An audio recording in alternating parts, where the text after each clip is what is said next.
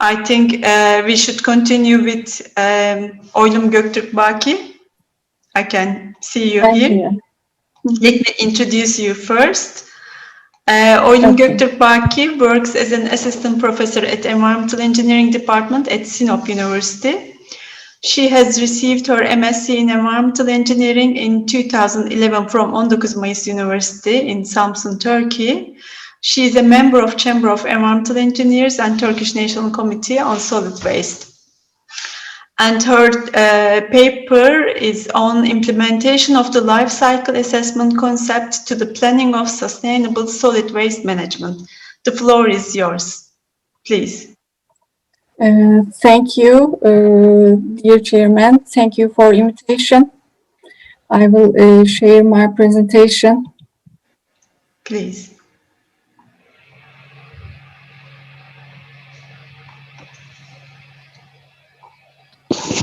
Hello.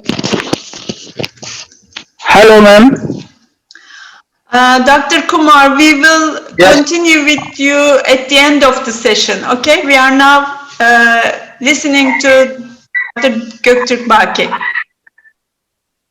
Ma'am, after 15 minutes, I can join. Hello. Hello. I can join after 15 minutes. Manager to talk to Dr. Kumar, please. Can I join after 15 minutes? After 18:30, 6:30, okay? Hocam bende de bir sorun var ama bağlanamadım, kusura bakmayın. Yani paylaşamadım daha doğrusu sunumumu ama. Aşağıda o share screen çıkıyor değil mi? Yok, tabii çıkıyordu hocam, bir saniye. Sunumumu açamadım, problem orada oldu. Kusura bakmayın. Estağfurullah.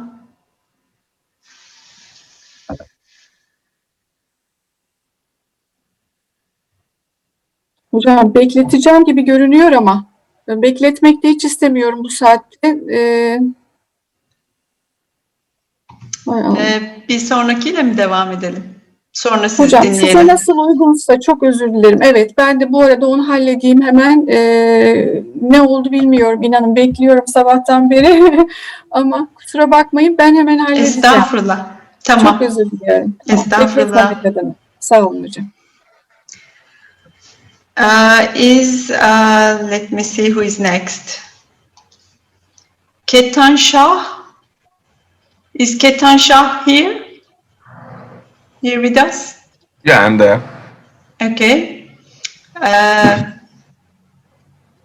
There's a change of plan, so we would like to continue with you if it's okay with you. Yeah, actually mine is like after almost like 35 minutes from now, right? Yes, but there's some connection problems with the previous presenter, so I would like to continue with you. Oh, is it? Okay. Okay. So let me introduce you first. Yes. Ketan Shah works as a graduate research assistant at University of Texas at Arlington in Civil and Environmental Engineering Department. He received his BE in Chemical Engineering in 2009 from Maharaja Sayaji Rao University in India and his MBA in Technology Management in 2012 from the Center for Environmental Planning and Technology in India. He has an experience leading 20-member teams for different projects. He is proficient in field sampling, environmental monitoring and management, research and statistical data analysis, and life cycle assessment. He is at the moment carrying out his PhD on decision-making tools for solid waste management. So the floor is yours. Thank you. We are looking forward to listening to you. It was a nice introduction. Thank you very much. I appreciate it. Thank you. My pleasure. Yeah, I would like to share my screen. Please. Is it visible? It is. Okay, should I start? Please do. Okay. A very good day to all of you present here. Thank you very much, Fifth Eurasia Waste Management Symposium and Dr. Wilgili for giving me this opportunity to speak on the topic of solid waste management decision-making tool for developing countries, a state-of-the-art review. At the onset, I would like to start with an introduction of my presentation. According to UNDP, more than half of the world population live in urban areas, while in 2050, 86% will be living in developed countries and 64% will be living in developing countries. And because of this rapid urbanization and industrialization, one need to know that there are several issues like land use, infrastructure challenges, and yes, municipal solid waste management is one of the exigent and complex issue coming under the way. Talking about the financial terms, definitely the national and municipal governments are facing insufficient capacity of funding for solid waste management. UN Habitat also said that a single largest budget item for many cities is solid waste management. On the right side, there is a rat picker scavenging for food and recyclable materials in the Delhi's 70-acre, 100-foot high Ghazipur landfill in 2012. While the World Bank report 2012 says 340 million metric tons of municipal solid waste landfill annually. Can you imagine the scale? 570 million metric tons will be landfill by 2025, and 804 million metric tons of solid waste was open dumped or burned in 2018, and this is expected to increase by 70% in the next 30 years. Now, according to UNEP 2015 report, it says like, in order to improve solid waste management, we need to decrease the global greenhouse gas emissions, which is one of the existing and the big problem. And the greenhouse gas emissions contributed because of this open dumps are 10 to 15%. And the major problem with the climate change is two things. First, it is detrimental to public health and it hazardous to environment. And this is all because of improper, unscientific disposal of waste management. A recent example of March 2017 in Ethiopia, where 113 deaths occurred because of the open dump slope failure. Now let's talk about what needs to be done because of these issues. So my objectives of the study are to study progress acquired over years in development of life cycle assessment of solid waste management decision support models, to review the published papers for solid waste management LCA models over a period for 2 decades, to identify, vet, and analyze, to investigate the potential and critical variables from the tools which are very important, as in like the input parameters for the tools which are already developed in developed countries, which affects the condition of solid waste management in the developing countries. So this means like I will taking the base of the developed countries tools to get an idea, in-depth analysis and vetting of the whole tools, all tools which are available throughout the world. To do a comparative analysis finally of most common LCA models for solid waste management and suggest new process modules for developing countries. So this will enable the developing countries to work on solid waste management very seamlessly as well as to take decisions easily. Let's talk about the life cycle analysis. The life cycle analysis as such has 4 phases. First is goal and scope definition, where you define the aim of your particular project. Inventory analysis consists of the emission factors.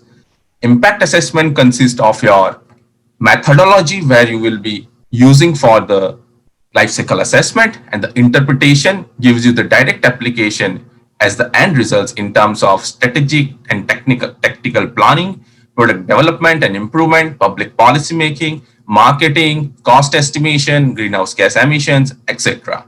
Even the selection of processing technologies also includes in this. So this becomes the overall framework of life cycle assessment. Now let's talk about the existing solid waste management life cycle assessment tools globally. So globally, the decision support tools which are available, they have in common European or US default values. Now, none of them considers the defaults and critical parameters as per the developing countries. And as we know from the earlier slides that it is a big problem and we need to solve this. Now, let's talk about the reasons behind this. So the gap analysis results were one solution fits all approach does not work, lack of proper understanding, dearth of technically sound manpower. While the criteria for selection of solid waste management tools, which I considered, are as follows. 26 tools were identified based on waste composition, variability, waste collection, transportation, treatment, final disposal, emissions in the environment, environmental performance, cost, etc.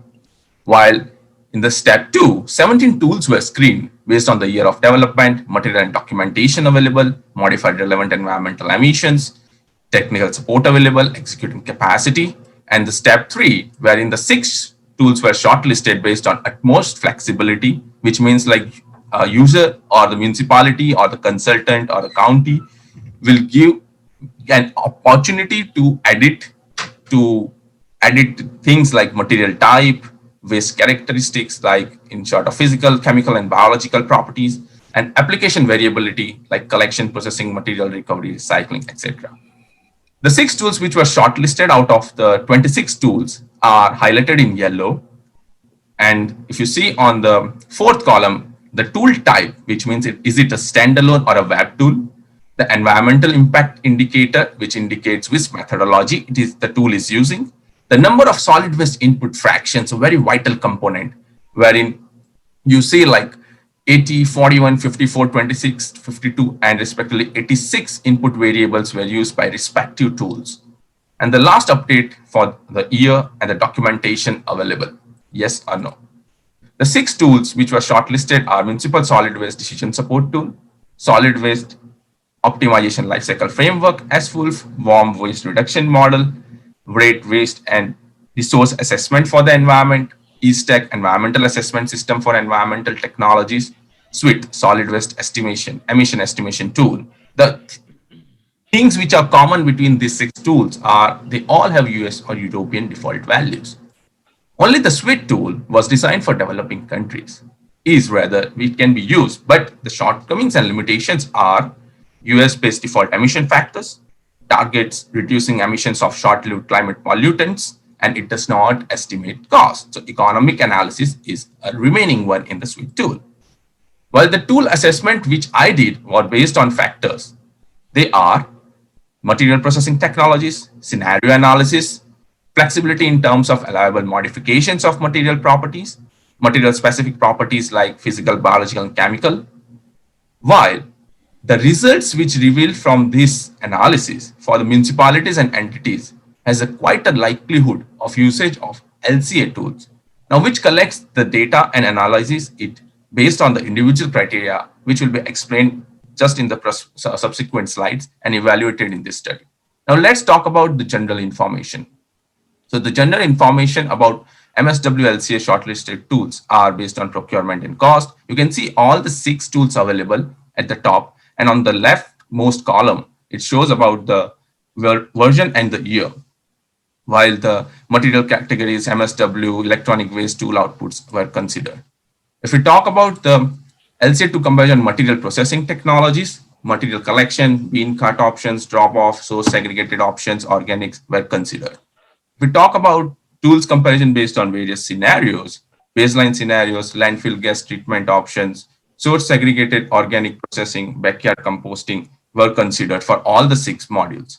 And if we consider the flexibility in the tools where you get an opportunity to adjust material composition, allows modification, input of additional material type were considered. Talking about the flexibility for key material specific, physical, biological, and chemical like moisture content, energy content, the decay rate constant K, which is important, methane generation potential, and elemental constitution were considered. You can see SWOLF, ESTEC, and SWIT were dominating in these areas.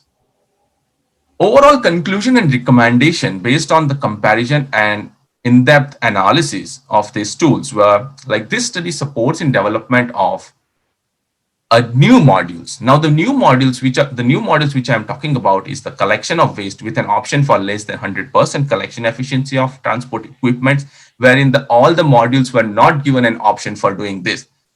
What does this means is like, let's say you are using a 13 or 15 types of collection equipment, right from collection, primary transportation, at the refuse transfer station, secondary transportation, at the processing facility, and even at the disposal site. Now, it might be the open dump, which is basically the case with the developing countries, while it might be the case with the landfills. Second most important thing was the vermicomposting thing. Many of them thinks about the vermicomposting as the age-old technology, but still keeping in mind that major developing countries and the countries which I came from, like India, as well as the other developing countries in Asia, even in the Africa, they use vermicomposting at large. Though the percentage efficiency for the processing is not that high, but yes, it can be one of the game changer. Regional landfill approach. Now, this is the new approach which is coming in the market. The European market is also using this. In US, the Delaware County is also using this. In India, Gujarat is also taking as the regional landfill approach, where it is a hub and spoke model, where you can use your centralized processing facility to dispose the inert waste from all the nearby 5 to 6 municipalities or the counties. Well, finally, the open dump module.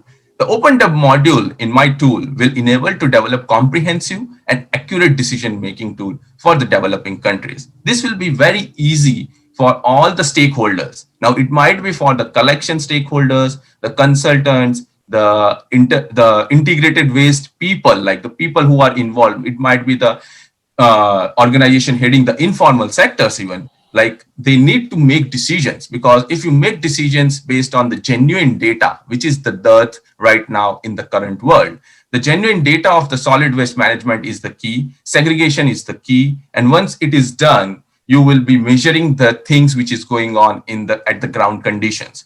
Once the ground conditions are known, you can easily make decisions, and the decision-making tool for these developing countries will definitely be very, very useful. Thank you very much for listening me and giving your precious time. Any questions? Thank you very much for your informative presentation. I think you have taken into consideration many parameters. Is there any questions, comments, contributions to Mr. Shah? Yeah, I'm open to any questions. And as such, like municipal solid waste is a complex problem. Thank you, Guleda, for the nice comments. And yes, indeed, I have taken a lot of parameters, like the technical things, the socio-economic factors, the economic thing which is the bottom line for the developing countries. Of course. Like, as you see from the screen, like is my screen visible right now? Yes. Yes. So as you see from a membership also, like with the different membership of American Society of Civil Engineering, the Solid Waste Association of North America, the American Engineers, Institute for Sustainability, all of them considers the integration of, different variables. Now, this makes a lot of difference in the developing world. Yeah. In between, I am open to any questions. I will be willing to answer any of the, Question? Yeah, go Hello? ahead. Go ahead. Yes, I have one question. Yes, Dr. Yes,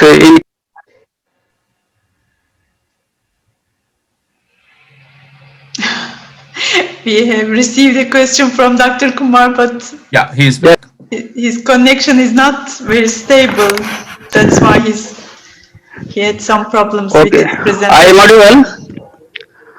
Hello, I am audible? Yes, Dr. Kumar. Yes, in case of developing countries, how we can overcome the municipal solid waste? Dr. Kumar, can you send me your presentation, please, to me? I will share.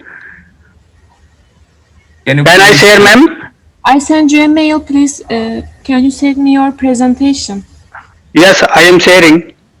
Okay, but could you mail it to me? Hello.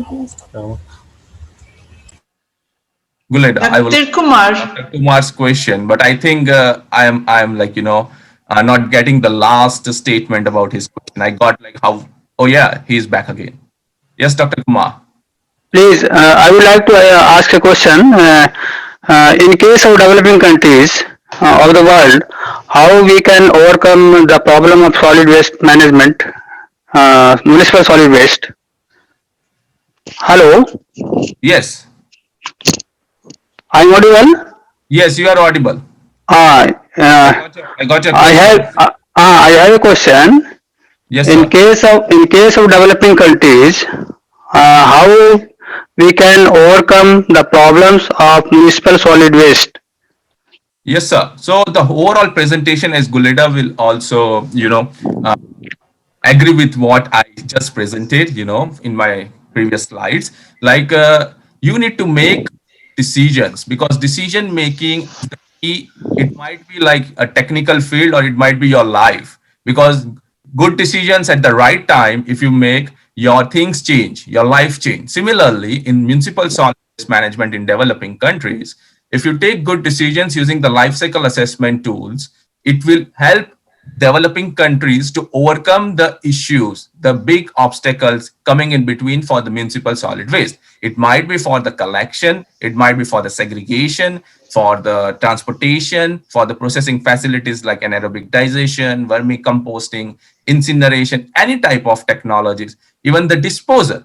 Majority of the disposal is in terms of open dumps. So the open dump is an issue because of the greenhouse gas emissions, biodegradability of organics, because in developing countries, if you see the waste fraction, 40-45% of the waste which is wet waste, that is the organic waste, and that is the problem for the biodegradation of organic waste.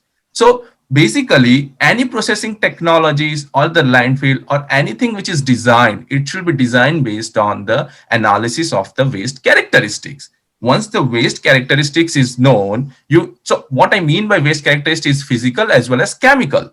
So you need to know about the moisture content, you need to know about the waste fractions coming in and all. If you see the developed countries world scenario, they have more of dry waste. So there is hardly like 8 to 10% of your wet waste.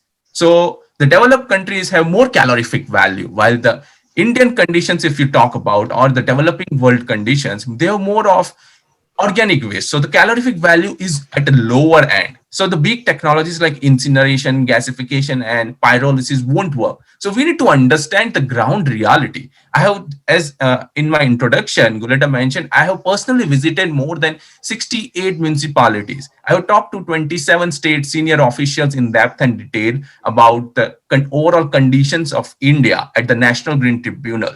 And the National Green Tribunal, as you are apprised, is an apex body of Supreme Court for dealing with environmental issues. So basically, in a nutshell, giving your answer, it can't be done because municipal solid waste, like, according to the symposium also, it's a big challenge for the developing world. And definitely keeping in mind the bottom line about the cost. So the cost estimation also need to be considered. Mr. Shah, we are running time, so if you could sum it up. Yeah, I'm done. I hope like it will be clear with Dr. Kumar, or I can go like, you can email me or call me on my number. Yes. Just one query. Just one query.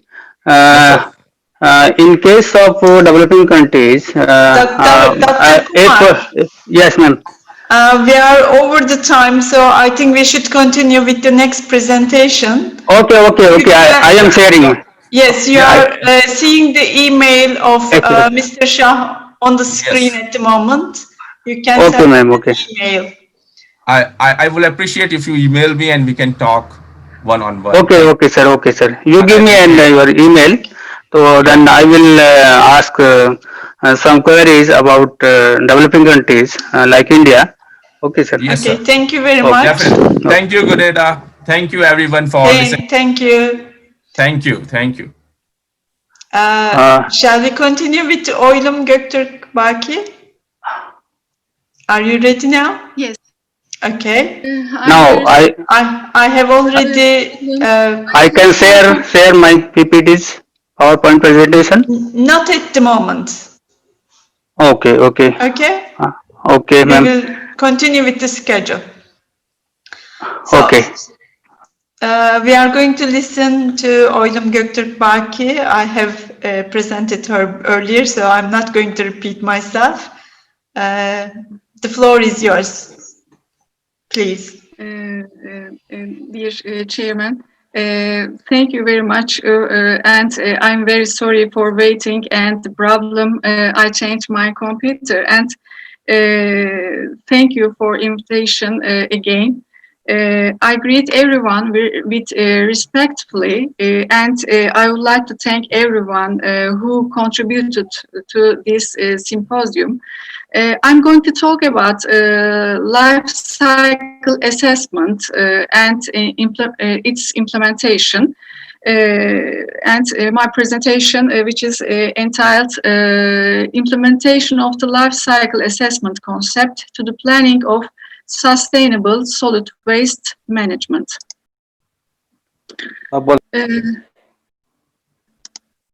Municipal solid waste management still poses a serious global and national problem due to various issues such as failure to implement effective plans, programs, and policies for sustainable solid waste management. Unqualified people working in management units, qualified personnel shortage, and people performing duties with unclear responsibilities and powers, lack of fully ensured coordination between units and administrations, and insufficient laws and regulations. These are negatively affect sustainability in solid waste management and municipal solid waste management for Turkey and in our cities still. Municipal solid waste management is largely accepted as a complex environmental service that must be carried out using interdisciplinary methods, I think. The amount of solid waste produced across Turkey is unfortunately an indicator of the lack of solid waste control and its negative effects on the environment and public health. Therefore, life cycle assessment, an approach offering a different perspective to solid waste management and inadequate management planning, was discussed in this study. And in this study, both discusses the problems and advantages on life cycle assessment and includes the application phases of life cycle assessment also. Life cycle assessment is an environmental management tool that allows the determination and comparison of the potential environmental impacts of goods, services, and processes during their entire life cycles. And life cycle assessment is a useful tool that has been applied to determine which issues require environmental improvements and to compare systems and their parts also.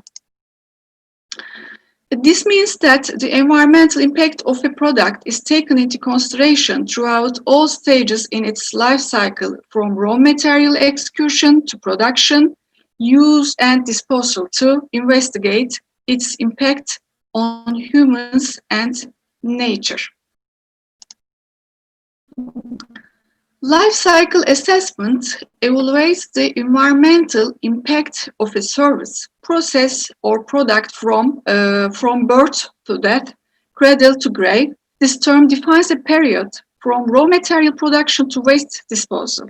Life cycle assessment is developed to evaluate different issues such as environmental impact assessment, which are not included in other environmental management methods in a life cycle assessment.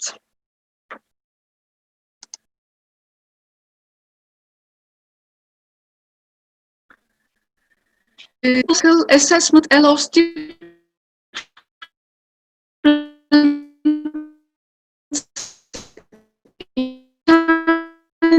it uses decision-making, environmental precautions, ISO standards, eco-labeling, waste management, and other environmental management mechanisms and optimizations are still of secondary importance. Life cycle assessment concepts and techniques provide solid waste planners and decision makers with an excellent framework to evaluate municipal solid waste management strategies, plans, and programs. The goal of the life cycle movement is to develop practical methods to assess the impacts, risks, and trade-off of a product throughout its life cycle to achieve sustainable development and popularize the use of these methods. A typical life cycle assessment study consists of these following stages. 4 stages, life cycle assessment. First one, goal and scope definition, inventory analysis, impact assessment, and interpretation. Goal and scope definition. In the concept of life cycle assessment, goal determines the complexity, boundaries of the study and reporting requirements of the study. Transparency is imperative for all life cycle assessment studies. The target group of a life cycle assessment study is also important in terms of the method that will be selected for reporting. Goal can also be defined as a part of the interpretation phase and a result of the findings of the study. So goal definition in solid waste management determines at which stage life cycle assessment and its analysis will be needed, details the goal in the most appropriate fashion, and determines which users will be addressed with the collected data. However, obtaining regular and reliable data is not quite possible, especially in our country. And the inventory analysis is the second phase of the life cycle assessment and involves highly important steps that include data collection, refinement of the system boundaries related to the study, calculation, validation of data, evaluation of the data related to the system, and allocation. The data should be evaluated by considering criteria such as the accuracy and integrity of data, representability of study boundaries, and their suitability for the study. And other stage, impact assessment. The goal of life cycle impact assessment is the characterization of inventory data. The structure and procedure of life cycle impact assessment should be transparent, and life cycle impact assessment should allow flexibility and practicality. Impact assessment is also effective in terms of costs and used resources. It involves the co-evaluation and co-interpretation of the results of the life cycle assessment and impact assessment to clarify the goal definition that was identified at the beginning of the study. And in conclusion, life cycle assessment and life cycle assessment analysis are among the most common and effective methods for the analysis and evaluation of the environmental impacts of products and systems, and for municipal solid waste management and for sustainability. Life cycle assessment is one of the most supporting tools and methods for achieving sustainability.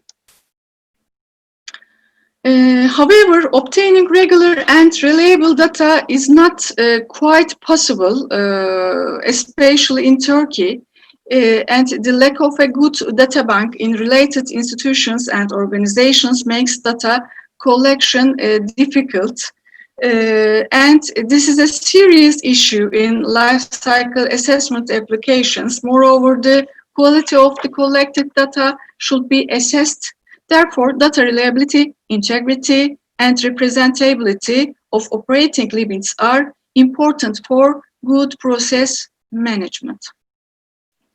Life cycle assessment currently being used in several countries in studies to evaluate all management all management stages of municipal solid waste for specific waste fractions. And life cycle assessment continues to be developed and used, I think.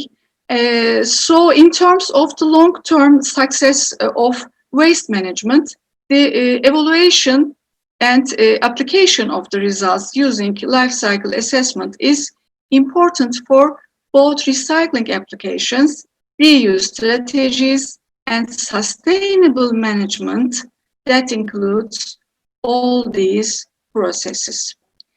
I use these references in my presentation. And thanks for listening.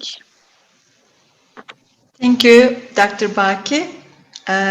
Is there any questions, comments, or contributions for this nice, informative talk? Thank you very much. I think we don't have any questions.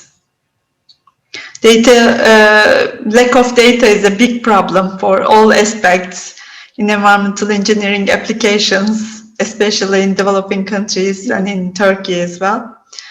Hopefully we will get over it soon. Okay, I think Dr. Diaz is here with us, the keynote speaker.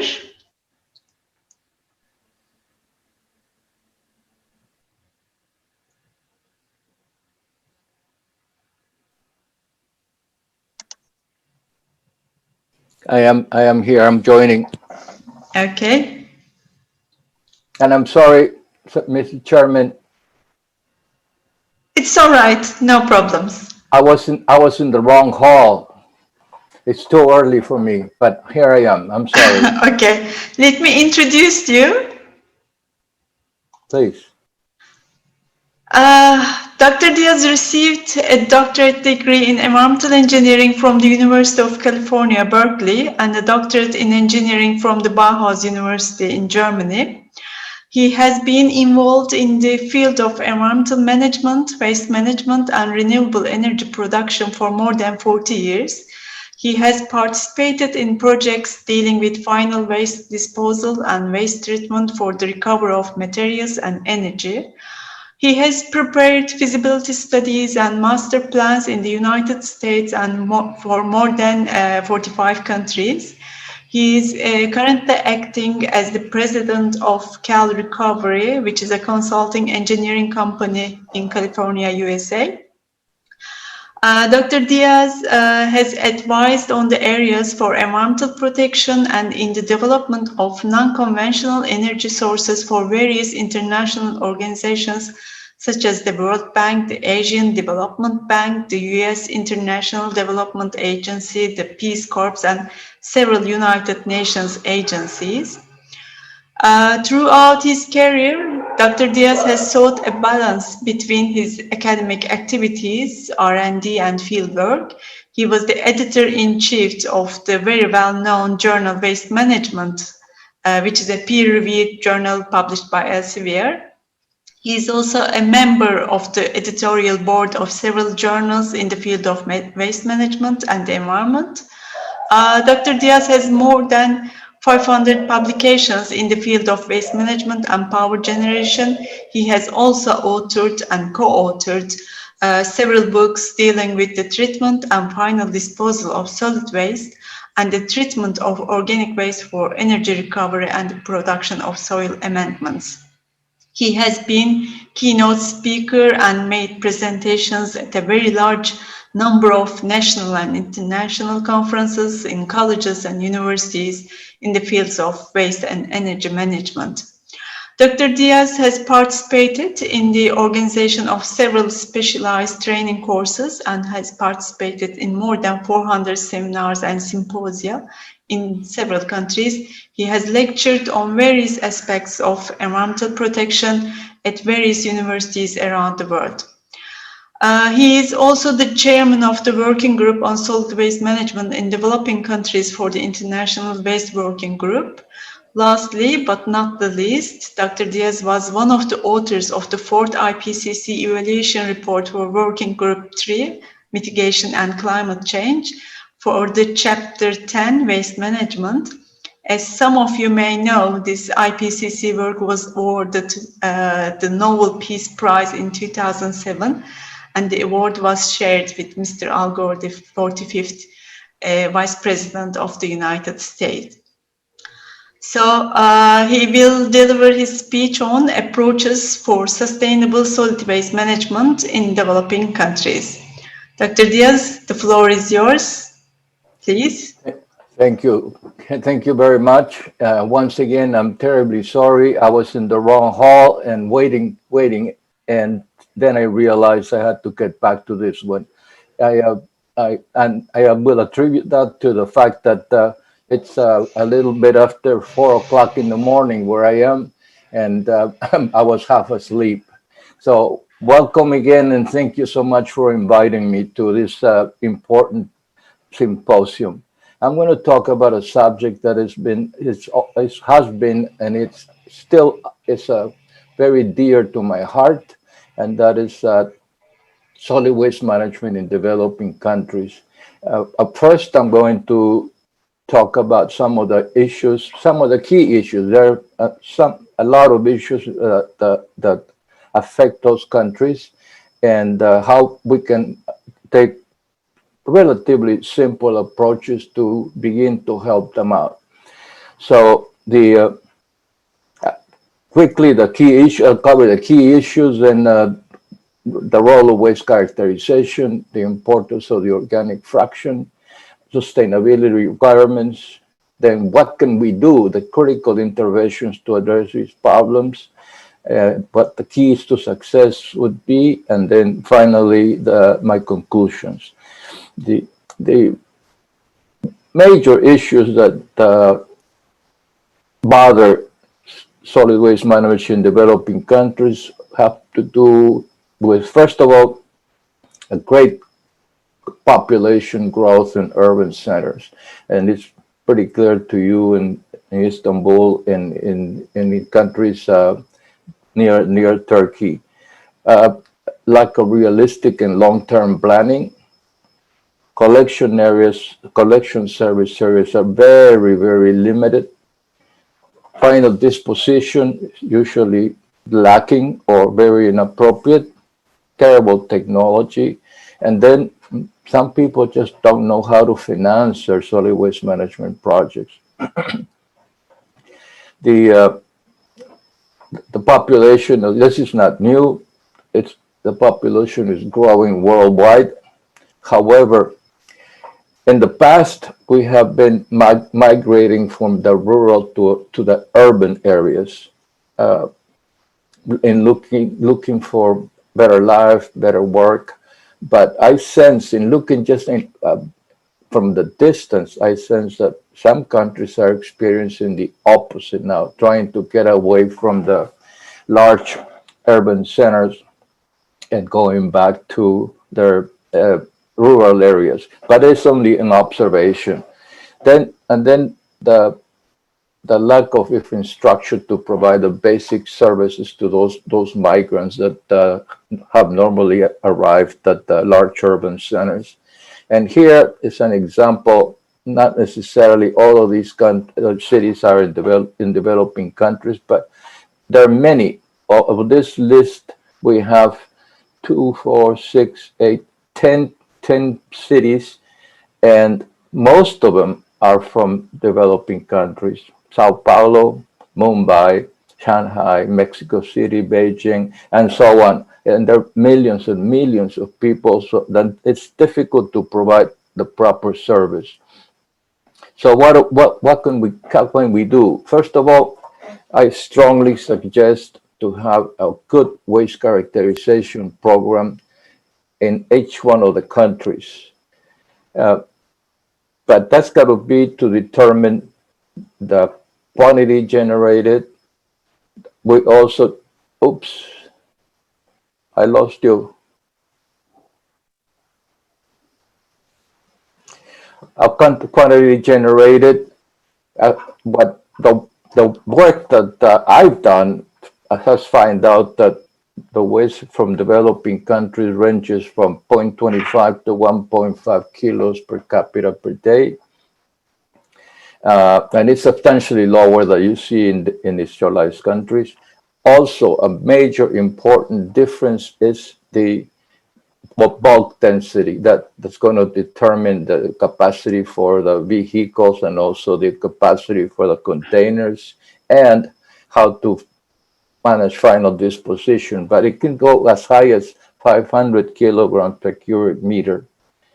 And the final important characteristic, if we have looked at others, is the high moisture content. High moisture content is very, very common in developing countries. In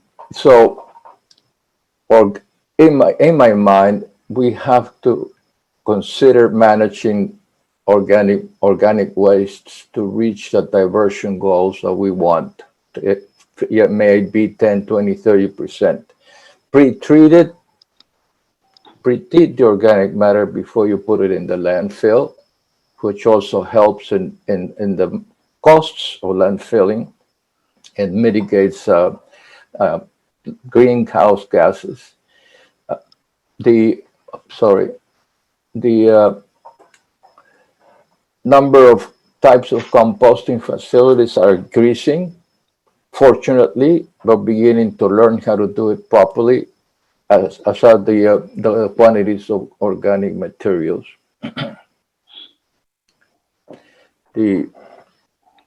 But in the process, we also, if we're going to put into practice some type of organic waste management, we need to provide proper information and training for those that want to conduct the program. And it's much easier if we use relatively homogeneous feedstocks, control the process, and then monitor it, which means checking the temperature, aerating the piles, providing sufficient oxygen, keeping the rain out. And finally, if we're going to be producing compost, we have to make sure that the quality of the finished product is high and consistent. We have to determine what the user requires and then try to meet that demand, and then look for other markets and work on that aspect as well. Who else needs the compost? As far as technical sustainability, it's much easier for us working in developing countries if we promote low technology, because it's easier and more inexpensive. We can do it in the medium to large scale, and consider, for example, manual aeration or mechanical aeration with a front-end loader, or forced aeration, but make it as simple as possible so you can avoid high capital costs. For instance, these are examples of how to do it at a small scale in a small city in a developing country. Ask them to separate the materials in containers. This is organic matter, is written in Spanish. Help them to set up the piles, and simple, all done manually. Then medium to large scale facilities, try to look for locally manufactured units, although it's hard to find. Sometimes you can find somebody that's got the equipment locally, easier to deal with, so that you can find replacement parts, and require that the vendor gives you guarantees of the equipment, because some of the ones that I've seen break down in short time. And put environmental controls in place. That means, in composting, that means controlling that odors are not produced through proper aeration, or no leachate by keeping the rainwater out. I have seen some very intelligent people in developing countries building their own reactors. This is a biodigester locally built somewhere in Asia. So it can be done inexpensively. Then, as far as passing on to the social sustainability, public education is crucial to be able to have a good working solid waste management program. And then we as professionals in solid waste have to work with a person that understands the local conditions. Particularly if you're foreign, you have to understand local conditions to be able to educate them. And then use the methods of communication that are popular in particular areas, as maybe television, or could be radio, or could be at a church. There are different possibilities, and then continually educate the public on the specifics of your program. Then do not use complicated language, because some people are not going to understand it. Sometimes you have to deal with different dialects in different countries. Work with the children. I tell you, the children are very good conduits for participating or implementing solid waste management programs. And then get the media, business leaders, and community leaders. Notice that I'm not concentrating on technology, but we need different professionals in this group. Just as demonstration programs are critical. For instance, in this very small community, the compost was used to grow plants for their own parks with some pretty flowers. So then they can say, look, the waste that we collected from your houses has been turned into compost, and we're beautifying our parks.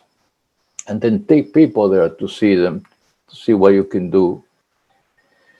Capacity building, that is definitely a must. But in order to get resource sustainability, we need knowledgeable professionals. And I'm going to ask you, each one of you that knows a university where they teach or produce professionals expert in solid waste management. You can say, I have a degree in solid waste management. There are very few of those, very few worldwide. That's one. So we need professionals. Secondly, train the community leaders, because then they can translate all of our efforts to the members of their community, how to set up a pile of compost, for example, how to control the rate, and how to monitor the process. But then also we have to keep in mind, how are we going to pay for all of this? So we need to determine the affordability. That is a function of location, size of the community, many other factors. So normally what we have to do is conduct a willingness to pay study. I find out how much could they pay for the service on a monthly basis. So it's convenient to them. Once you do that, then you may have to get some subsidy from the government if you're low. The collection system has to be standardized. I have seen some locations where they have different types of containers, plastic bags, metallic containers, plastic containers. We also have to standardize the frequency of the service, so the users can know what day they're going to take out their waste. The service has to be reliable. You may need to set up transfer station systems. And of course, there will always be a residue that you have to dispose of properly. The final disposition, I'm getting to the end of this part, should include proper closure of dump sites. We have so many of those around the world, and the improvement of the control sites. Begin to design modern sanitary landfills. But it doesn't mean that we have to look for regulations and copy them from other countries. Sometimes those regulations are extremely difficult to meet, and we cannot afford them. So we have to analyze those restraints. Then, so my suggestion is that in order to help out developing countries, we have to help them to manage their organic fraction, and it's so simple compared to other things. Then set up recycling programs, find who can use those recyclable materials, the markets, and figure out also how to get some of the money back, cost recovery. How can you try to achieve success in all of this? Is first of all, you have to develop reliable and realistic plans. Realistic, something that the country or the city can afford. Political will. This is extremely helpful, because if the mayor, the lady mayor is not interested in solving the problem, you're going to have a lot of difficulties in solving it. Then use appropriate technology, determine the resources that you have available, the uses and the markets for the recyclable material, and then at the end you design a proper final disposal system, and that's not too difficult. So monitor ongoing operations as part of it. Once you design them, you can start running maybe a simple composting or anaerobic digestion program. Monitor it, but you also have to have modern regulations. And I insist, public education is critical.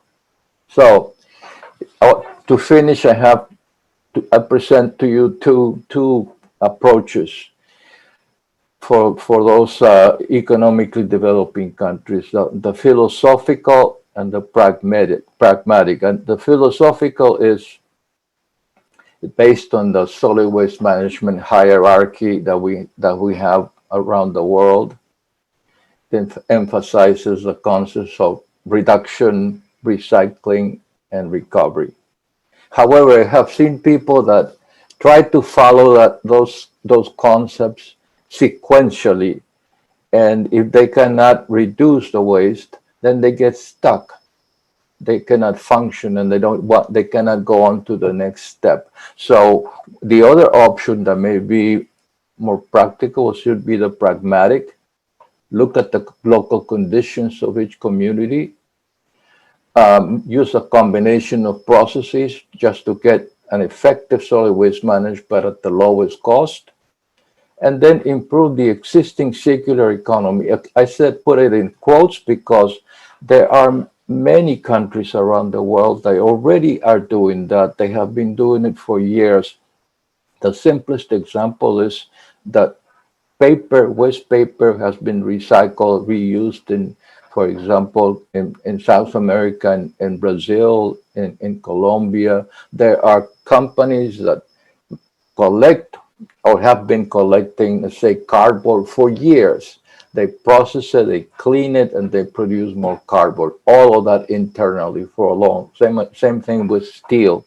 So finally, the critical to all improvements is education, education, and education. I'm sorry to keep harping on this, but that's what we need.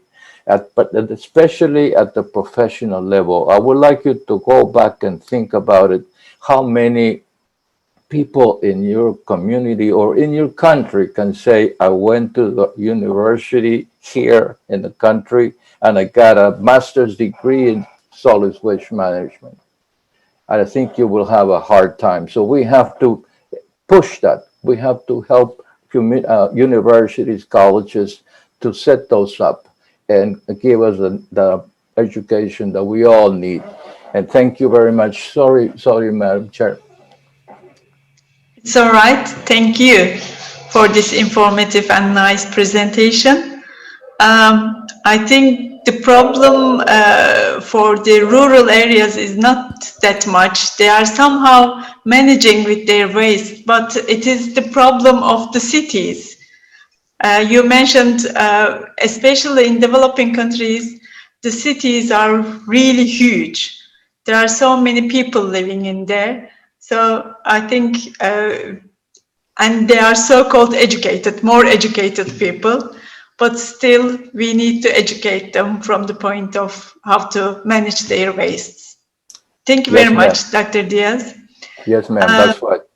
Is there any questions or comments from the audience? I have a question for Dr. Diaz. Yes, please. Thank you, Dr. Diaz, for the great presentation. It was a very comprehensive presentation covering almost all the aspects of sustainable solid waste in developing countries. So my question is, according to the whole, the notion of your presentation, it seems like there should be some kind of bachelor's or master's or a doctorate degree in solid waste management program itself, so that the education level reaches on a different elite class, so that the developing world, the people who comes out with these graduate degrees will be very, very helpful as a skilled manpower, technically sound manpower. And what do you think about the long-term strategies based on this? Because the overall presentation was like, what I feel as such is very good thing as a sustainable perspective, but long-term in terms of education, as well as the willingness to pay. You talk about willingness to pay in your social aspect, but the willingness to pay in majority of the developing world is not that high as in the developed countries. They call it as like the Swachhata cess in India. They call it levy. They call it sometimes taxes. So this is my question. Thank you. I didn't understand the basic question. Can you repeat it, please? Just summarize it. Yes. So in a nutshell, like I would like to say first, like you mean like there should be some bachelor's, graduate, like undergraduate, graduate, and doctorate degrees in solid waste management to improve the solid waste in developing countries. And the second one is like, what according to you is the long-term strategies for solid waste management in developing countries? Okay. First of all, we do need, I emphasize, we do need professionals. Look, there are some that go to schools, particularly here in the United States, and sometimes they have the chance to work with a professor that's doing research on, you name it, landfilling. So he or she gets a degree, a master's degree in environmental engineering with a little knowledge of landfilling. But that person, I'm not criticizing them because they will only know the technical aspects of landfilling and not know the rest of it, which is also as important. So we have to develop the coursework. Like when you go to get your degree in civil engineering, specialize in structures. That's what I'm talking about. We don't have that at a worldwide level. Okay, that's it. That's what I'm asking, that we need to do that. I'm not saying that nobody knows anything. I'm saying we need more and more specialized. And as engineers, which I am, we neglect the social issues. We're not that general. Remember that I'm kind of generalizing. Most of the time, we forget about how people feel. We design a system, a program of solid waste management, but we don't know if the people will accept it for one reason or another. So the social aspects are important, and we need to learn more about that. And now in the other one, simple solutions is what we need to address. I'll give you an example of just addressing organic matter, and then start little by little. But when you take the whole mass, and I've excluded hazardous waste, healthcare waste, there's so many other types of waste that we have to address. I took the easy example, and so we have a lot to do, and the question is how to address it and who can address it. Yeah, that's true. Thank you very much. I hope My pleasure. is supporting the graduate and doctoral degree levels education. So your organization is sponsoring that type of education things? Yes, I would, and I'm trying to do that in a couple of countries in South America. But I that would, would, I would like to get in contact with you. please, yes, please, Thank yeah. you. Thank you, Dr. Lewis. The organizers have my email address, so please write me. Sure. Thank you, Dr. Diaz. Yes, sir.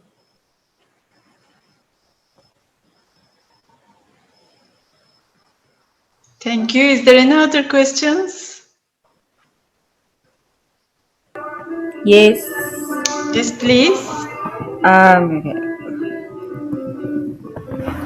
Hi. My name is Is the Asipile. music coming from your side? Oh yes. Sorry about that. Okay, can you hear me now? We can hear you with the music. I'm hearing good music.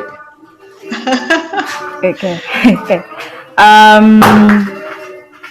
Okay. Just wanna check music. Okay, I just wanna check if can you still hear me, or you still hear the music in the background? It's all right. We can hear you. Okay. My name is Asipile Kanyile, and I'm from South Africa. And I am an emerging researcher in waste management. And thank you, Prof, for the amazing presentation. I have done work in environmental education, particularly in waste management. And what I've noticed is that, for instance, you would work with the community and you would make them understand, for instance, about the awareness of what happens when they mismanage waste environmentally, as a health impact and so forth. And then we'll do a cleanup campaign and everything will be cleared. Others will even start like a vegetable gardening. However, like for instance, 2 months down the line, you get the same thing again, like you get the illegal dump sites starting over again, and you go back to the same community. So even from a professional level, you get demotivated. So how do we really help, like for instance, our communities to really get into the drive of, guys, it's okay to, for instance, plant a vegetation, erupts the illegal dump site? How do we reinforce that? Because at a professional level, like at a municipal level, it's like you're wasting resources because you need to take out plastic bags, sending, for instance, waste trucks to pick up that after the cleanup campaign. It's becoming an ongoing thing. How do we do it? And especially, for instance, in from a developing country perspective, how do we reinforce the whole thing of how to be sustainable? Well, yeah, that's a very good question. That's the social aspect. First of all, Cecilia, glad to talk to you. I have worked in South Africa, in Johannesburg and Cape Town and other places. Yes. So I know how difficult that has been for some of the slums in those areas. And the one thing that we need to do is find people in those communities, train them so that they can train their own community. You know, they're difficult places. I know that for a fact, because they live in extreme poverty as well. Yes. And so even the basic education may be different from one area to another, and just keep insisting. And one of the best ways to deal with those problems is to point out that the poor management of our solid waste will have a tremendous impact on the health of their families, of their children. When you mention that to the parents, especially when they have a fairly large family, they will be concerned. They will, because not to scare them, but it's true, because they would have stomach issues and that not be healthy, their skin problems. So work with the leaders of those areas. They still have leaders, and then talk to them, teach them the basics, and they go to their community and teach them initially, then make it more formalized. But that's where it starts. So to give it a try and see what happens. Thank you. Thank you. Thank you. Is there any other questions?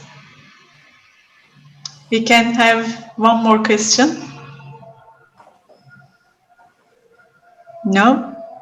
Okay. Thanks once again for your nice talk, Dr. Diaz. It was very nice having you. I wish we could have you here in Istanbul, but we woke you very early in Hawaii. Sorry for that. I like Istanbul, but it's okay. It's okay. No problem. I'm happy to cooperate. And for the colleagues that want to get in touch with me, you have my email address. Yes. Just give them to them. And just remember that right now I'm living in Hawaii, so I'm a little bit further from the mainland. But no problem at all. Thank you very much. Thank you, ma'am. Okay. So we'll continue with the next presenter. Samet Ozturk, are you here? Yes, I'm here. Okay, nice to hear that. Let me introduce you first. Sure. Samet Ozturk works in Environmental Engineering Department at Bursa Technical University. He received his BSc in Civil Engineering in 2011 from Istanbul Technical University in Istanbul, Turkey, and his MCE in Structural Engineering in 2006 from University of Delaware. He obtained his PhD degree in Earth and Environmental Engineering Department from Columbia University in 2019. Okay, the floor is yours. Thank you. We're listening to you. Thanks. All right. Hello, everyone. I hope you see my presentation right now. Okay. Thank you very much for this great organization, first of all, and thank you for all the attendees. I personally got a lot of information from today's sessions. My talk will be on municipal solid waste management in particularly European Union countries, Asian countries, and Turkey, and I'll do some comparisons in between these countries. As you all are familiar, municipal solid waste composed of food, furniture, clothing, newspapers, bottles and cans, electrical and electronic devices. You see this graph showing some different parts of the world, and we note that some parts of the continent is more exposed to the dramatic increase in the total amount of municipal solid waste in years. According to the World Bank, in sub-Saharan Africa, we will see a triple increase until 2050, and in South Asia, will be expected by the report of World Bank.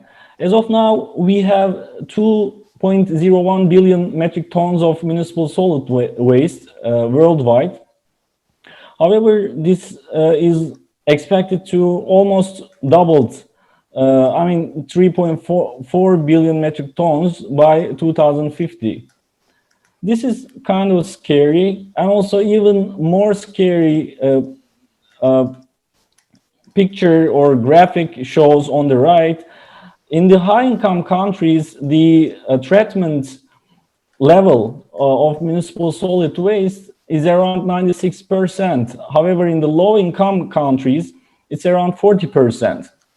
And this eventually causes environmental problems and economic losses. This shows a lack of optimal municipal solid waste management, obviously. The expectation is to get better management of municipal solid waste in these low-income or middle-income countries and get environmental and economic benefits out of this better management of municipal solid waste. Now let's have a look at the situation in European Union countries, in time, we see that the landfilling rate is decreasing. The landfilling share in total amount of municipal solid waste, while incineration, recycling, and composting shares are increasing. And as of 2015, we see almost their shares are equivalent to each other. And if we look at the current situation in countries, in different countries, or let's start with the average value in European Union countries, we see 23% landfilling, 28% waste to energy, and 47% recycling and composting together. This is an average value for all European Union countries and Switzerland, Norway, and Iceland. If we look at the highs and lows, we see Germany is doing a very good job with 67% recycling and composting share and 31% of waste to energy, while Malta has only 6% of recycling and composting share, whereas Switzerland makes zero landfilling with 52% recycling and composting and 48% waste to energy. If we look at the Asian countries, the situation is kind of different. We see mostly dumping or landfilling in overall Asian countries. There are, of course, some exceptions like Japan, Taiwan, those kind of countries, but I listed some of them which treat their municipal solid waste mostly with dumping and landfilling. Their ratios are in Cambodia, they have 100% dumping. In Malaysia, 95% landfilling is seen. In India, we have 93% landfilling. In Indonesia, 70%. In China, we have 50% landfilling. I will give more details about China in the following slides. And obviously, it can be seen that the share of landfilling is much more different comparing to the other developing Asian countries in China. And we also focused on three cases of municipal solid waste management in the world. We have a good example of municipal solid waste management as Milano case. We have a promising example of municipal solid waste management as Chinese case. And we have a developing example of municipal solid waste management as a Turkish case. We have done this study to just learn from better examples to get some lessons learned to the developing or promising examples. So in the Milano case, this table shows the amount of municipal solid waste treatment methods and their shares collectively.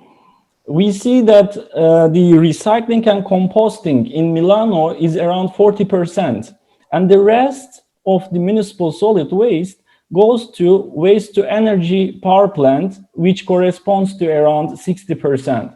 So they don't landfill from the first municipal solid waste streaming. How do they manage this? They manage this by the strict rules and regulations applied by the city of Milano. So 5 bins are provided to every household in the city. These bins are for papers, glass, metals, plastics, compost, and trash.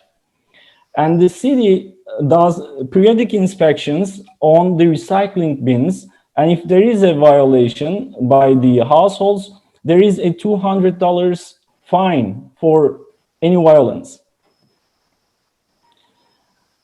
So if you look at the Chinese case, this graph on the right shows us the shares of municipal solid waste treatment methods.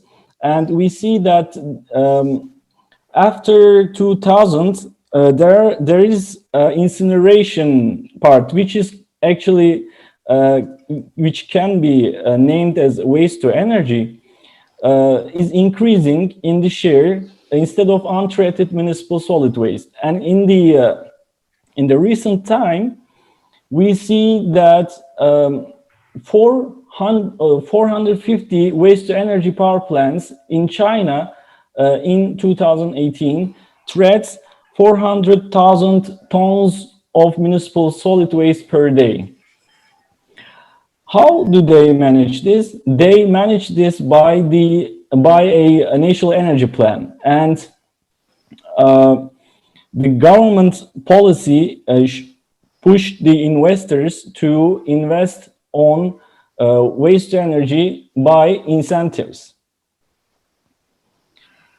If we look at the situation in years in Turkey in terms of municipal solid waste management, we see that the dumping is decreasing. Dumping share is decreasing in years, and sanitary landfilling share is increasing. And recently we see recovery is increasing.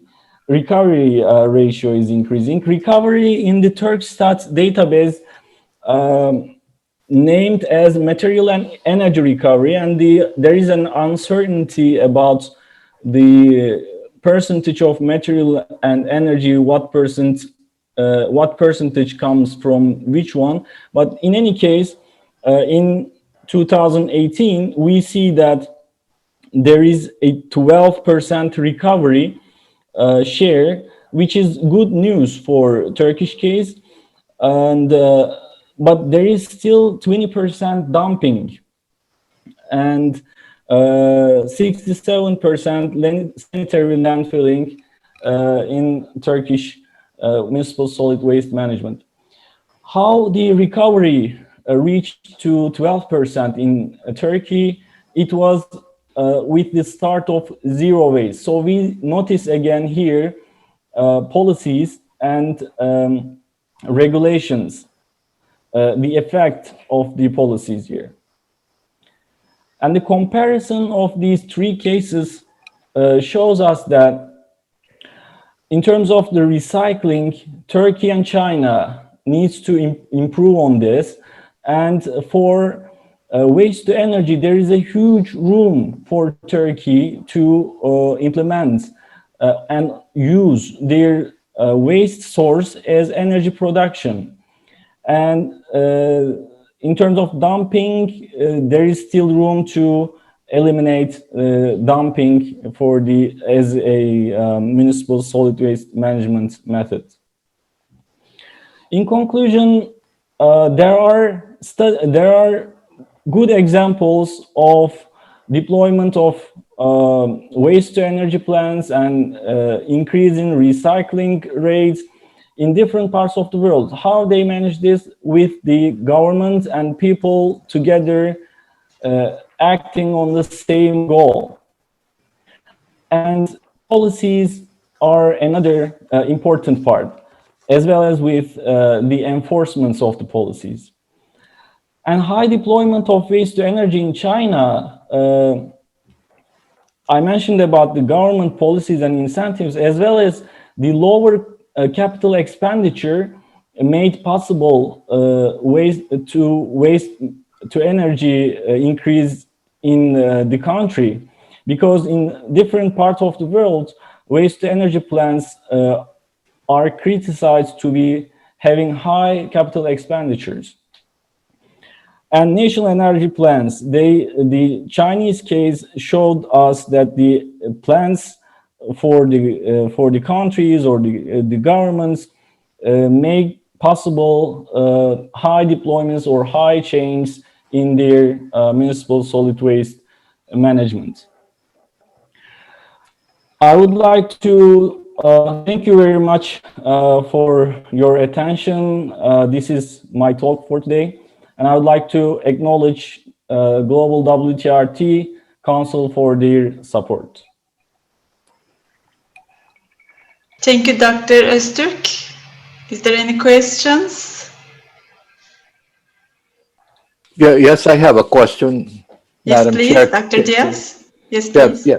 Just, I'm curious you said that was very good, a comparison of all those locations. But you said that Milano, I'm assuming that you're talking about Milano, Italy. Yes, Milano, Italy. Okay, okay. You're saying that no waste goes to the landfill. Am I right? You said 0%?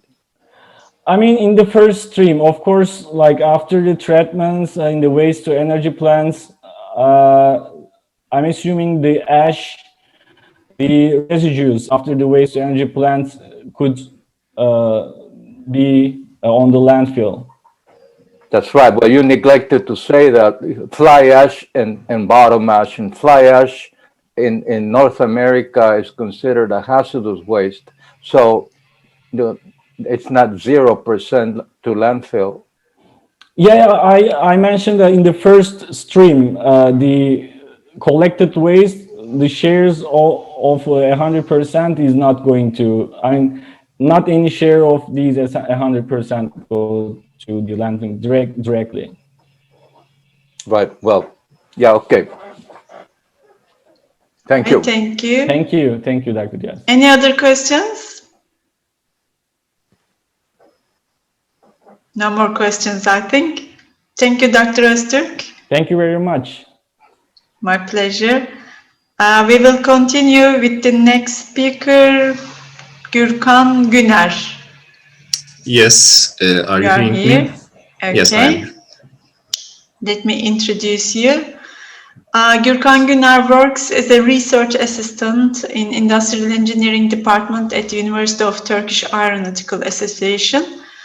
He received his BSc in Industrial Engineering in 2015 from Çankaya University in Ankara, Turkey, and his MSc in Industrial Engineering in the same department in 2019 from Hacettepe University in Ankara.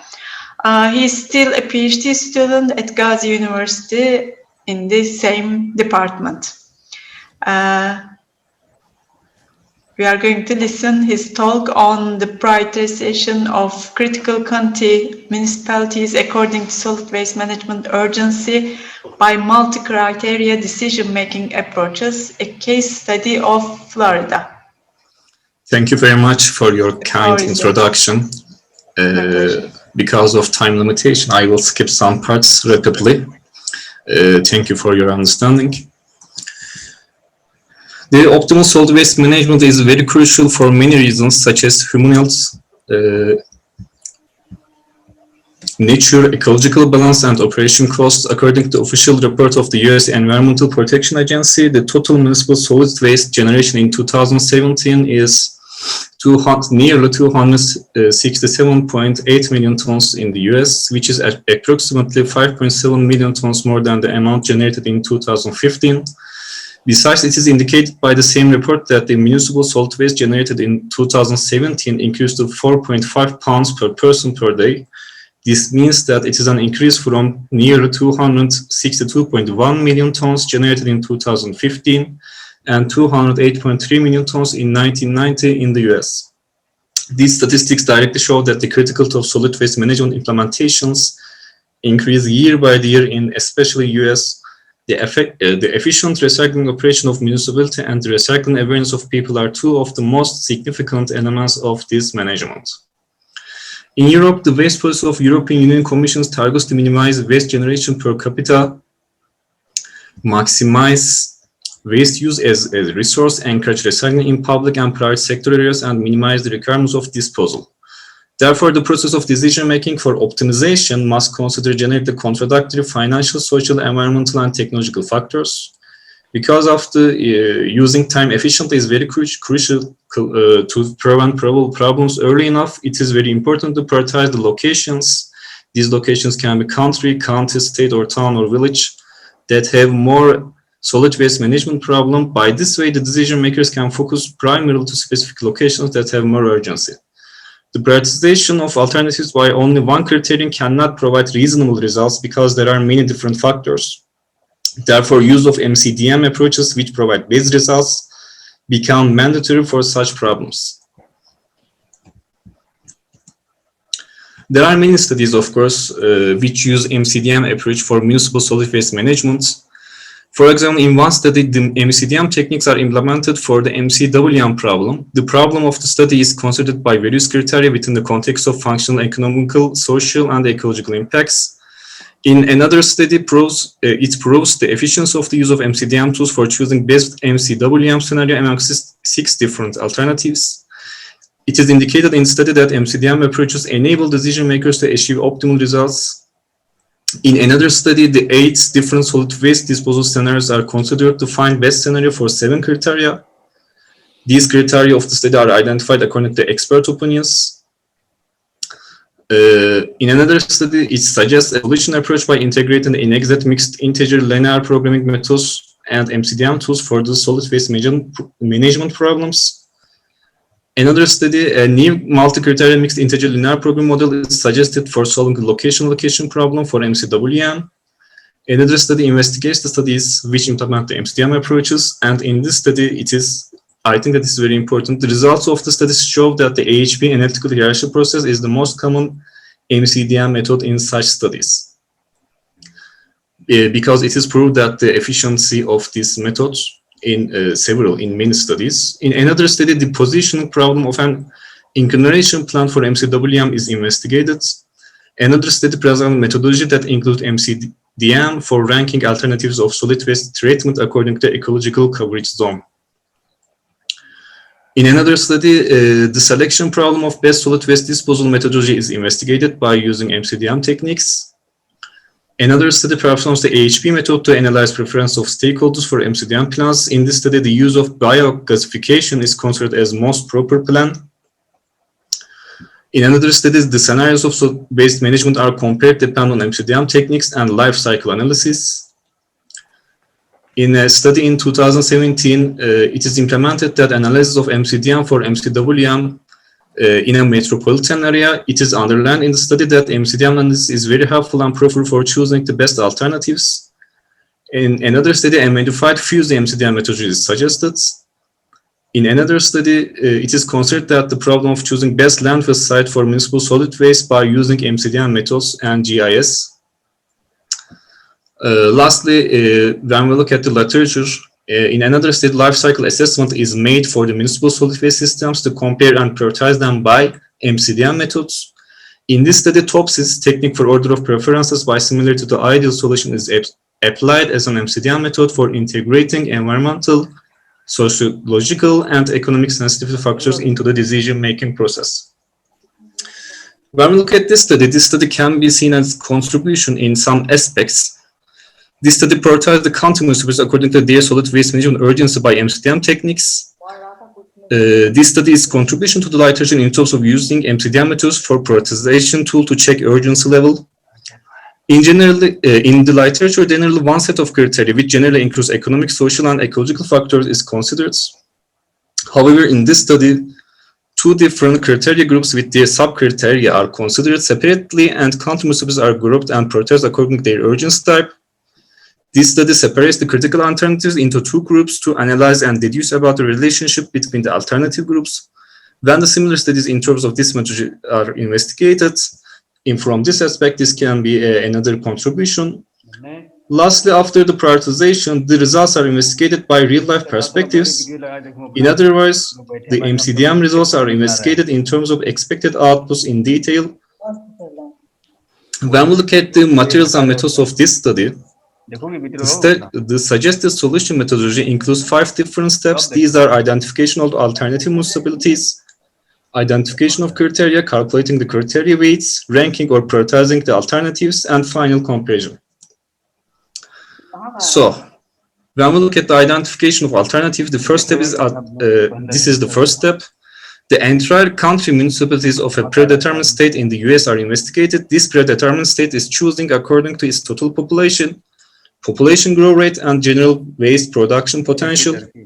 In this study, the determined alternatives are 67 country municipalities of Florida state. One of the most important reasons of this is Florida is the third state that has highest population for the date of July 2019 by nearly 22 million population among 50 states.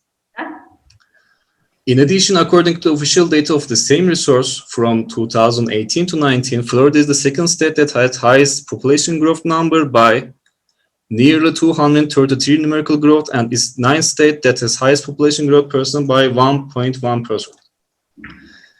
Besides, Florida state is seventh major manufacturing state by more than 12,000 manufacturing firms in 2019, according to Global Trade magazine. This increased the potential of the hazardous industrial waste. According to the Call to Recycle, the leading consumer battery recycling and stewardship program in the US, Florida's 16th critical state in 2018 among 50 states for the battery collection. When the approximately 100-year decomposition time is considered, it increased the criticality. Therefore, it can be said that the Florida has more potential in terms of total waste, including residential, commercial, and industrial waste, and waste per capita than most of the other states. In this study, two different criteria groups have considered. These data are gathered from the Florida Department of Environmental Protection. The purpose of criteria grouping is determining the protected country according to their risk type. The first criterion group, which includes 6 sub-criteria, is for determining the countries that are in risk about environmental degradation. These sub-criteria are amount of paper waste, newspaper waste, aluminum can waste, plastic bottle waste, steel can waste, and glass waste. Of course, the unit of all of these wastes are tons per year. The second criterion group, which includes 4 sub-criteria, is for determining the countries that are at risk in terms of total waste volume. This also gives the information about financial needs. These sub-criteria are the total population, waste generation per capita, total collected residential waste, of course these are from single-family residence, and the total collected commercial waste. The evaluation of the criteria waste is made by the AHP technique, which I mentioned before. AHP is an MCTM method developed to make a choice among a number of alternatives. This method is developed and first introduced by SATI. The pairwise comparison of criteria are made by 1/9 scale. For the first criterion group, which is related to waste type, the pairwise comparison is made according to the decomposition time of waste in landfills. The decomposition times are gathered from the data of the US National Park Service. According to this data, the decomposition time for the paper waste is 2 to 6 weeks, newspaper waste is 6 weeks, steel or tin can waste is 50 years, aluminum can waste is between 80 and 200 years, plastic bottle waste is 450 years, and glass waste is 1 million years. These times are measured from the Monte Marina lab of Sarasota in Florida, US. The values in the pairwise comparison matrix of the criteria is assigned according to these times. Of course, the higher value is assigned to the criterion that has longer decomposition time in comparison with other criteria.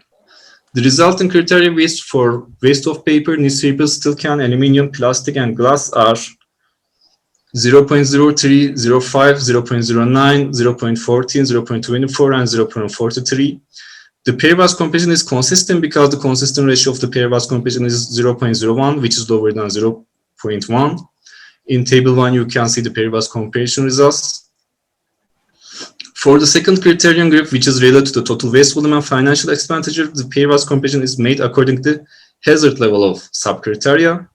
For the same, statistical reports of the studies in the literature are investigated. According to the study of Göran, the summary statistical report about waste and population for the cities in specific regions showed that total waste amount of the city that has more population is almost always more than the total waste amount of the city that has less population for each 3 years. However, the same study indicates that the waste per capita is not always more for the city that has more population. The one of the most probable reasons is, of course, the situation is the population that has recycling awareness. However, in the ideal situation, each city should have almost equal waste per capita. Therefore, when the total population and the waste per capita are compared, the waste per capita is considered as more critical about the total waste volume. The commercial waste... Mr. Güner, can you sort of sum up? You have 1 or 2 more minutes. Okay, I will try. Same steps are applied for the second criterion group, and same comparison metrics can be seen in table 2. Then we used AHP weighted TOPSIS as a tool to sort counties. These counties are sorted according to environmental degradation, and the same HP weights for the environmental degradation are used, so same pairwise comparison values for the total collected waste types are considered. After the HP weighted TOPSIS, it is shown that the prioritized 10 critical countermeasures about environmental degradation for the date of 2018 from highest critical to lowest critical country are, you can see these counties. In the most desirable situation, the total population rank and the critical rank should be exactly directly proportional. Lastly, after this prioritization of critical counties,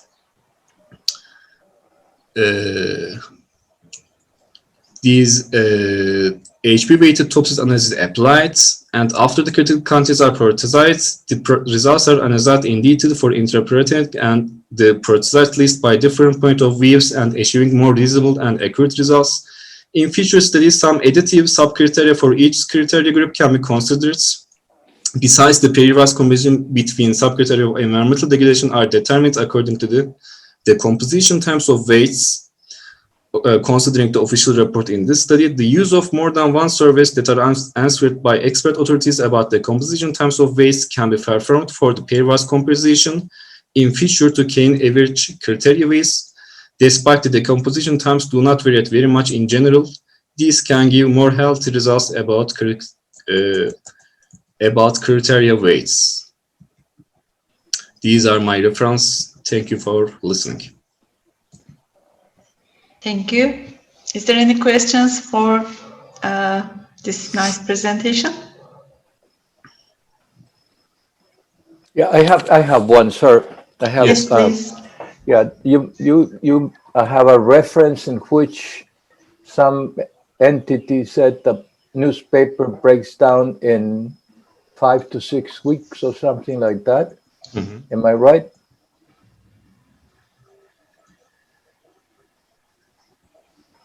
Sorry, I can't hear you because of connection problem. Oh, I can't. I heard some part of your voice, but can you hear me now? Hello? Now, yes, I can hear you now. Okay, look, in one of your tables, you indicated that some entity here in the U.S. Determined that newspaper breaks down in 5 to 6 weeks or something. Am I right? Yes. But under what conditions? First of all, this data is gathered from the U.S. National Park Service. As I remember, if I am not wrong, in urban areas, this measure is gathered from this statistical resource. Statistical, because when I've done work with just pure newsprint is made out of lignin, and lignin is it's slow to break down under composting conditions. So I'll if you can just type in the reference, I would like to check it and see how they report it, how they did it. Okay, I can say you. Of course, now you cannot see my. Just type it in chat.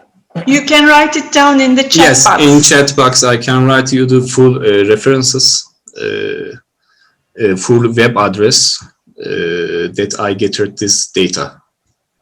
Okay. Okay. Thank you. Thank you. Thank you. Thank you. We have one more presenter. Hopefully this time the connection is stable. Dr. Kumar, Rendra Kumar, are you with us? I am with you. Okay, can you share your screen? Yes. Please, you have 10 minutes. Okay, ma'am.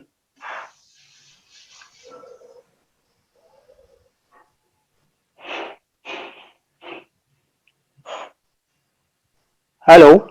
Yes, we are listening to you. You are listening, ma'am. Okay. Yes. Thank you, ma'am. First of all, I am very. Uh, it's my pleasure to be speak for fifth USA waste management. After waiting long uh, time today. Now my topic is landfill site selection for solid waste disposal using geospatial data and weight overlay method in GIS environment.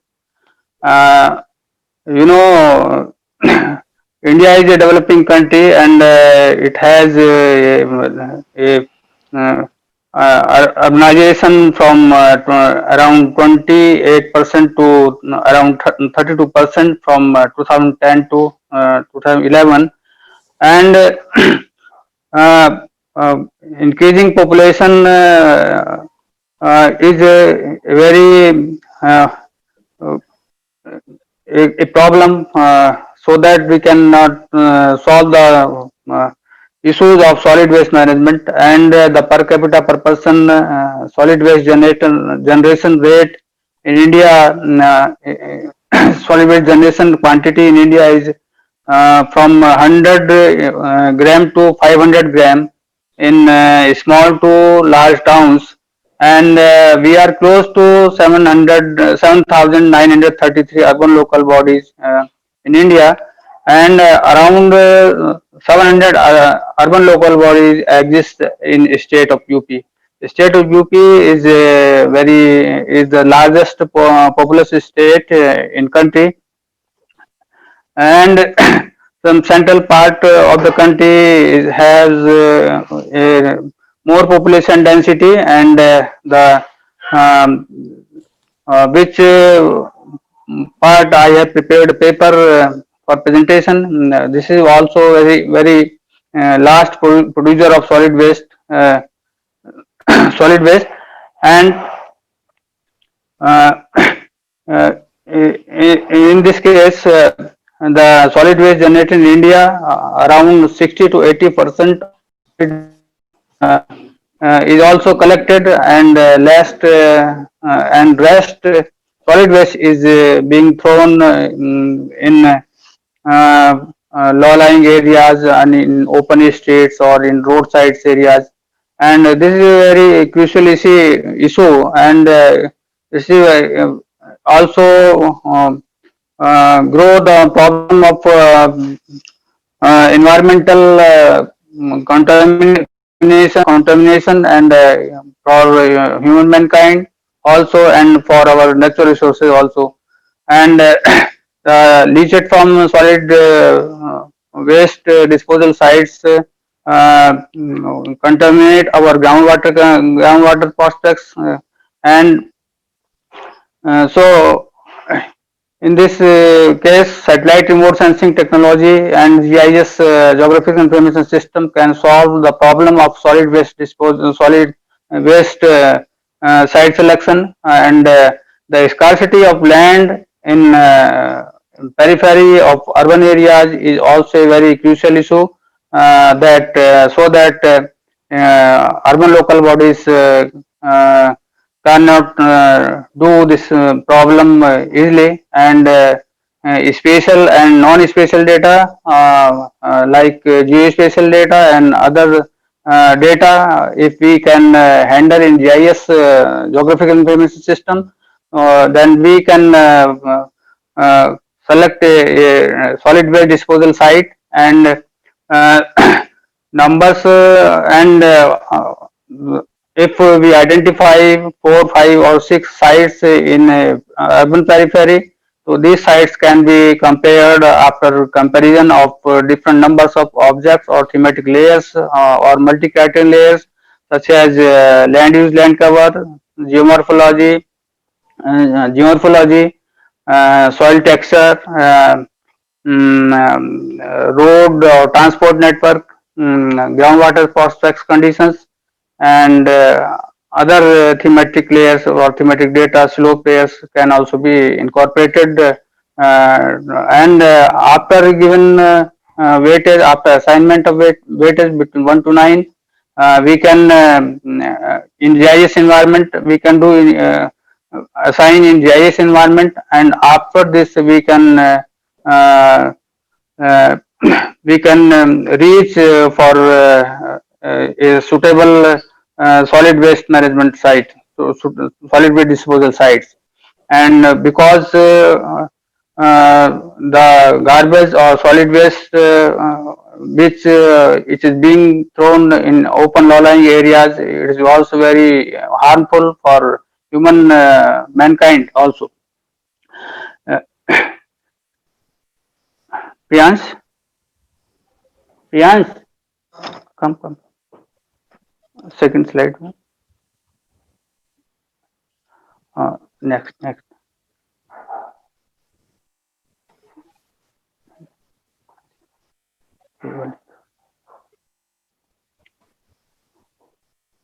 Yes, ma'am. I am audible. Hello. Yes, we are listening to you.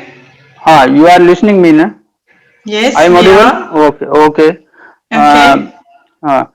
Uh, I have been selected a central part of UP in which Kanpur districts and Kannauj districts and Hardoi districts are some parts of are selected, and a buffer approach of 30 kilometer radius we have applied, and whatever towns and villages are falling under this area. These uh, the solid waste disposal site selection have been given for these areas which are falling under 30 kilometers radius, and uh, this is a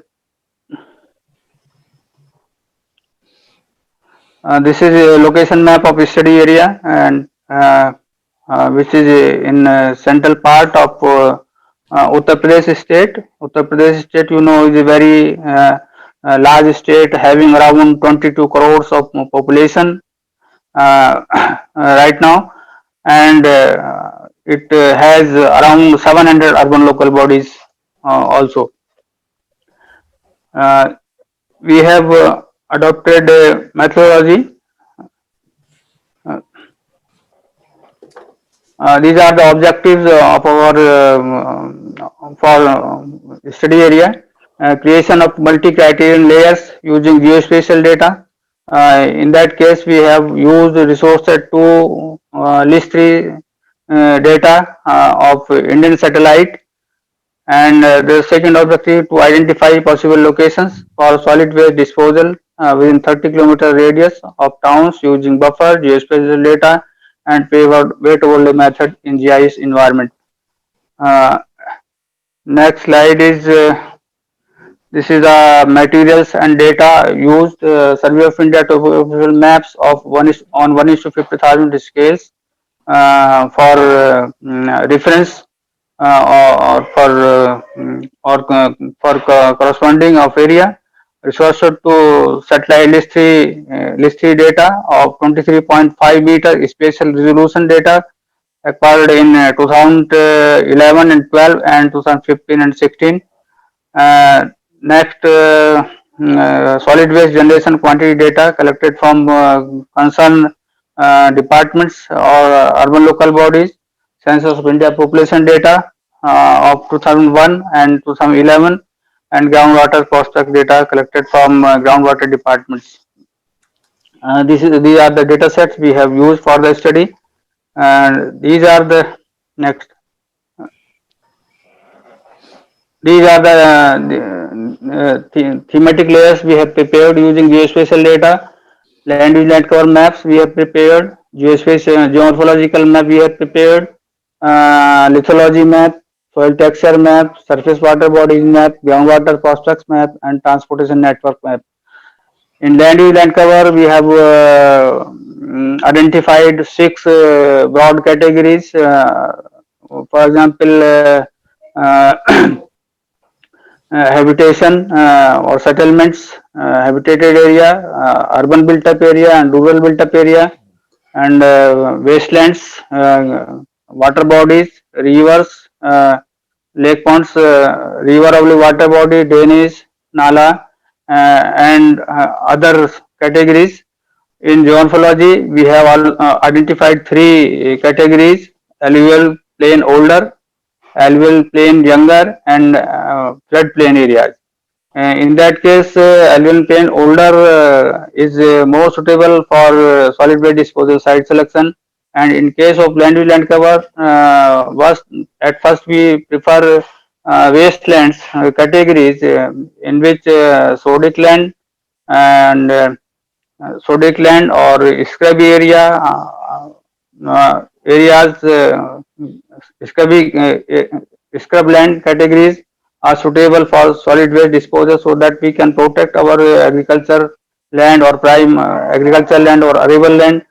Lithology map, in that case we have also categorized grouped into three categories, and this map was prepared using Geological Survey of India map, soil texture map, and soil texture can be grouped in six categories: clay sand, sandy, loamy, fine loamy, and loamy texture. These are soil texture categories. Surface water bodies in this geospatial layer, geospatial thematic map, we have interpreted river, oblique water bodies, and all. Dr. Kumar, Yes, ma'am.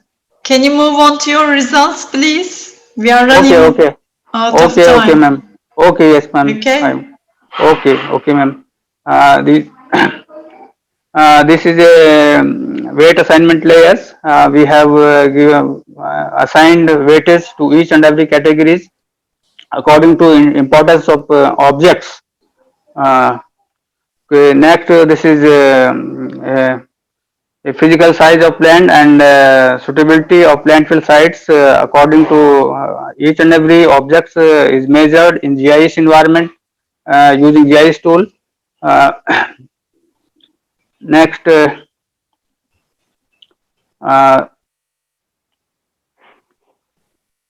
these are the maps, figures. First is the land use land cover.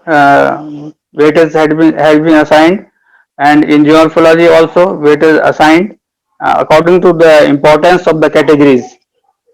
If if a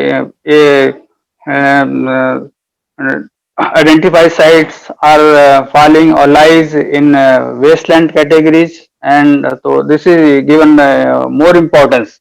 The second is geomorphology. If geomorphological point of view, if a suitable site is a identified site is falling under alluvial plain older, so this site is given more weightage in GIS environment. Next, ma'am.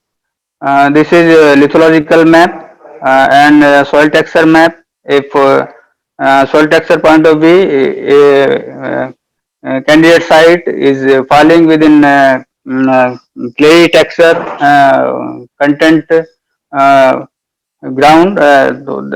This site is more suitable from soil texture point of view.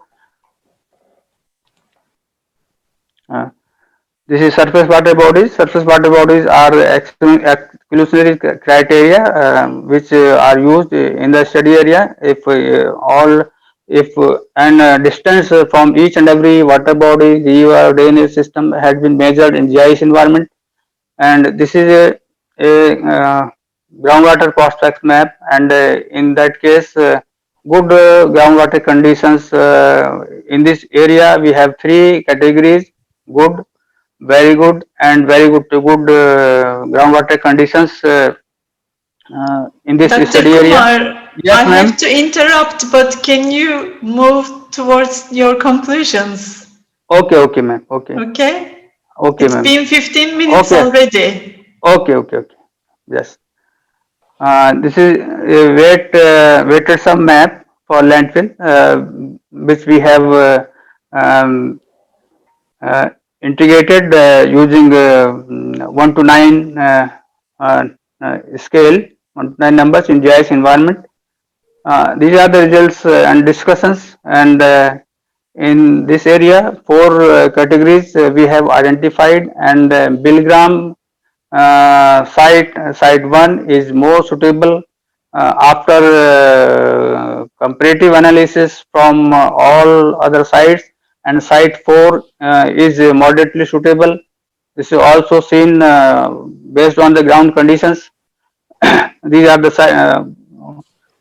two sites which is site 1 is highly suitable, site 4 is moderately suitable, site 2 and 3 are not suitable because of ground conditions. Mm. This is a table number 3, which we have weightage or percentage we have assigned to each and every categories within 100%. These are the conclusions. The study demonstrates the use of geospatial data and weight overlay method to assign the weight and comparison comparison of object to identify and select the best suitable sites for solid waste disposal. All four sites: site 1 near Bilgram, site 2 near Hardoi, site 3 Rampur Maghia Pansala, site 4 Mustafabad was identified and mapped in the study area. Table 1 shows, as I already have been shown in table 1, weightage assigned to each and every object alternates according to their suitability for landfill. The site 4 is found the moderately suitable, and site 2 and 3 are not suitable, are unsuitable, and site 1 near Bilgram is found the best suitable sites in the study area. These are the differences we have collected, we have given in this paper. This is my biography, and thank you, ma'am. Thank you for listening me. Okay. Thank you, Okay. Dr. Kumar. Yes, Any I am questions here. for Dr. Kumar? Yeah. Yes, I am here. If you have any participants have any questions, I am here to. So I have a question actually. Yes, please. This is Professor Rafizul from Bangladesh. I think okay. your topics is very interesting, but Yes. sometimes I could not able to see or understand your graph. That was very important. That's why Mr. Chair most of the time inform you to go to your result and discussion, because I could not able to see the graph. So first I want to know, Okay. you mentioned you have the soil texture map. So what do you think, what types of soil is suitable for the selection of landfill site? Actually, What types of soil is suitable for the selection of landfill soil? My second question is that you used two types of method, I think. So which one is best for you? Two types of method. I mean, you considered at first we prepared vector data. You know, save files in GIS environment. Yeah. After this, for assignment of weightage, we converted these vector files, this vector data or save files into raster format, because for assignment of weightage also. These two approaches has been used in this paper, and for soil texture suitability point of view, if a soil texture has more clay content, that is more suitable for solid waste disposal site, because if clay content texture doesn't allow to penetrate the leachate in the ground. Yeah. To minimize the seepage or penetration. Okay. Yes. Okay, yeah, thank you. Okay, thank you. I'm now closing this session. I would like to thank once more time to Dr. Diaz and all other speakers, and hope to see you soon tomorrow in the next following sessions. Okay, ma'am. Thank you, ma'am. Thank you.